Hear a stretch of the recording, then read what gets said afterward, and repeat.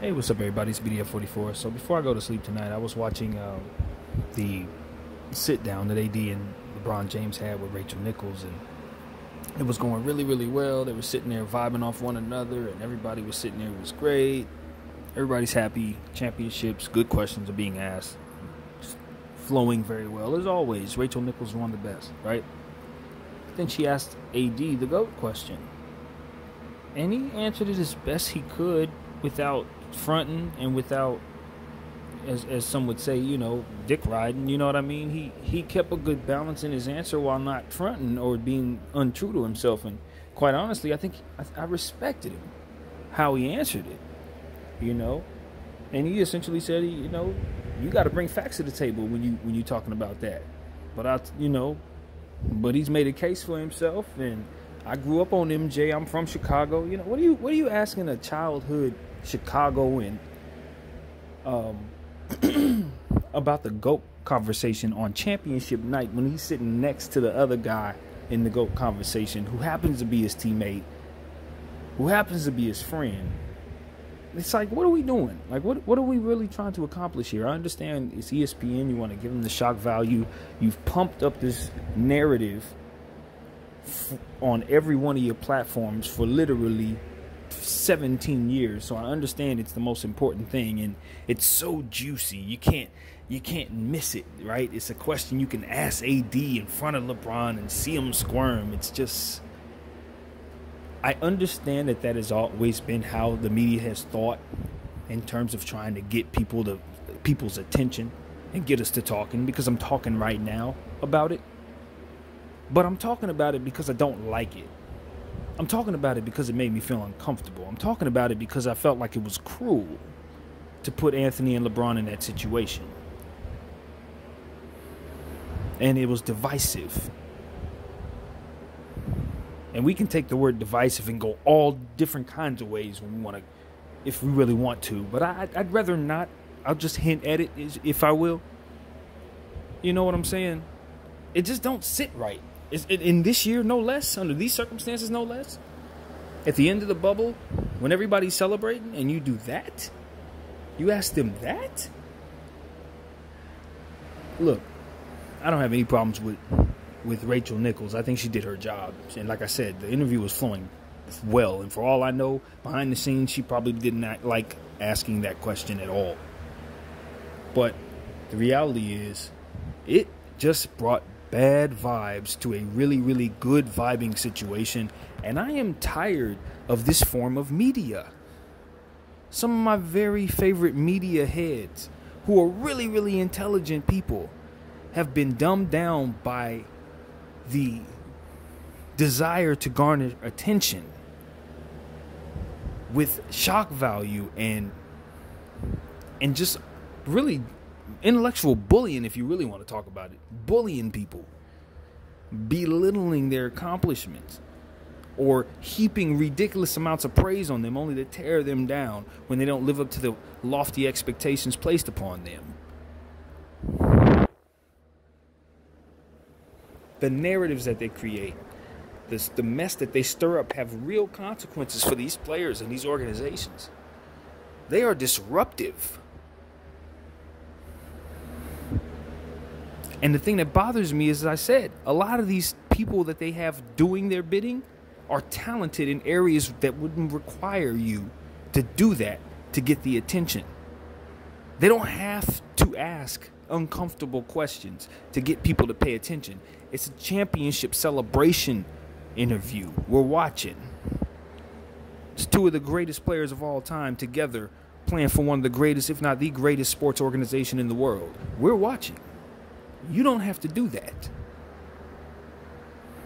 It's disruptive, and it's disgusting. And it was pretty much something that I just wanted to talk about because it's more or less a last straw for me in regards to just seeing the whole way that these sports reporting networks move. They're just awful toward these athletes. They're awful toward these professionals. The way they treat them, the way they just create these narratives and these problems. It's just overwhelming. And they do these little type of things. Push their buttons. Been watching them do it my whole life. Asking ridiculous questions in the presser just to piss them off, to see a reaction. It's just... At some point in time, we all need to wake up and realize that this is not right. It's never been right. We just been putting up with it for so long, just like so many other things. A phrase for which I've called norms that aren't normal. Things that we've always agreed to, just like today's holiday, Christopher Columbus Day, even though we know he wasn't necessarily the greatest guy, but we celebrate him anyway. Here's another thing, one of a million different things that we just kind of accept that we need to evolve through. When we want to talk about bullying, we talk about depression, mental health, we talk about identity and all these things that matter so much to us. We need to start identifying where we've let some things fall through the cracks in those areas. And one of them, sports media. And what they do to the mental health of some of these athletes. What they do to heap extra pressure upon some of these athletes. Try to tear them down. Sometimes as young as 17, 16 years old. Bullying children. In some cases. Young adults in some cases. Some of which come from very, very, very humble circumstances.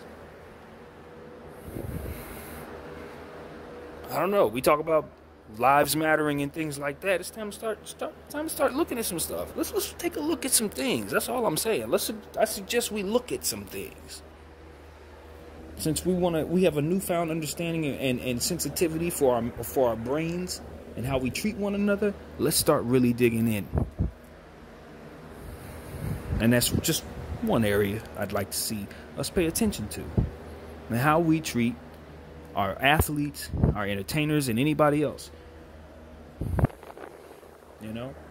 Segueing it into something else, that's why I can understand the position someone like Jaguar Wright is taking if you follow what she's doing.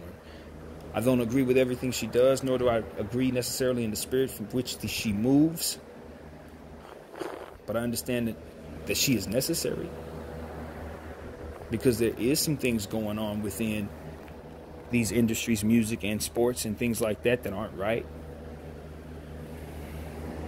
And maybe we need to take a look at some things, some of the things that we've been allowing to happen for so long, norms that aren't normal. We need to take a look at how women are being treated in the music industry. Take a look at it. You know what I'm saying? Are our artists safe? Even if Jaguar Wright is inaccurate about some of the things that she's saying, does that mean that she's not lifting up the right rug? Maybe we need to start looking at some of the stuff she's talking about. I don't give a damn if you think she's crazy or not. Maybe she's lifting under the right rug. All I know is I've been living in Hollywood my whole life, and I've been hearing all kinds of stories about the negative stuff that's been happening here. Nobody does anything about it. Nobody calls anybody out. Nobody speaks. We shut our mouths and we keep on walking, and we pretend like this stuff doesn't happen, or we write it off as possible. But when people start telling us of giving us receipts on what's going on, when we act like we never knew what was going on. We've been hearing about this stuff for years. Rock star lifestyle, women in situations that aren't safe, with men that don't have those interests, those best interests at heart. Yes, we've been hearing about those situations. I won't elaborate further. I'm not trying to trigger anyone with this conversation. I'm trying to raise awareness to the fact that we allow certain things that we would otherwise not, if they weren't always happening our entire lives. If there were new things introduced to us, we would say, oh my God, and be appalled, right? But because it's been going on for so long, we've never known a world where these things don't take place. We just accept it. It's fine, huh? No, it's not fine.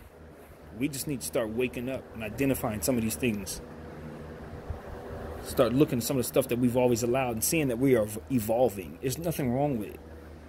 Just waking up one day and realizing, yo, the old ways of doing things just aren't good for me. it's time to change. It's nothing wrong with that. And as a country, as a society, and as human beings, I think this is just part of evolution. Introducing something called self-awareness and trying to take a look at some things that we allow that we should not. So while this is taking me down a different rabbit hole, I do appreciate you all for staying with me when I say I'm tired of seeing some of my favorite athletes and some of my favorite entertainers have their stories being told by people who just want to leech off of the opportunity to garner attention by way of manipulating the facts around those people, surround those celebrities, surrounding those athletes, manipulating those facts and manipulating those circumstances and swaying public opinion one way or another. Tired of it. I would much rather the celebrities that I pay attention to and appreciate have the freedom to do what it is that they do best and have genuine criticism that isn't based upon trying to belittle them or bring the worst out of them or make them feel horrible. I know it's more to it than that. There's more angles to it than that. There's some other things, some give and takes that have to go with that. I get it. But at the end of the day, if we're going to talk about how we treat one another, if we're going to talk about how important it is to be sensitive to other people's needs and mental health, then we need to stop allowing such bullying to take place. That's pretty much where I've gone with this. That's where I've gone with this. That's as far as I want to take this. This isn't personal toward Rachel Nichols, nor do I feel comfortable singling her out. She was just simply the conversation for which triggered this thought. And at this point, I appreciate that such a thing took place because it needed to be said. Enough of this nonsense. Stop trying to make people feel uncomfortable. Stop trying to put people in positions to feel worse about whatever it is they got going on. You're applying real pressure to people for reasons that don't do nothing but put money in your pockets. And for all the things that we say are wrong, that people profit off of, that is also one of them. I would like it to stop, honestly. I would like to be in a world where it just simply doesn't take place. If my son grows up to be an athlete or a coach, I would like to see that he not be bullied throughout the entire tenure of his career, just simply because he was good enough to gain attention for his excellence, basically. That he was talented enough to be an asset to someone who had a platform that they could display to the entire world. That should not put them in the crosshairs of these verbal leeches. And so that I'm very clear, I know that I have a responsibility to uphold what it is that I say. And if I fall short, then I just disagree with my very own self. But at the end of the day, whether I'm right in my mindset or wrong in my mindset, the facts still remain. These athletes should not be treated poorly just because somebody wants to get rich or someone wants to be famous, etc. Bullshit, basically. My name is BDF44, and I'm out.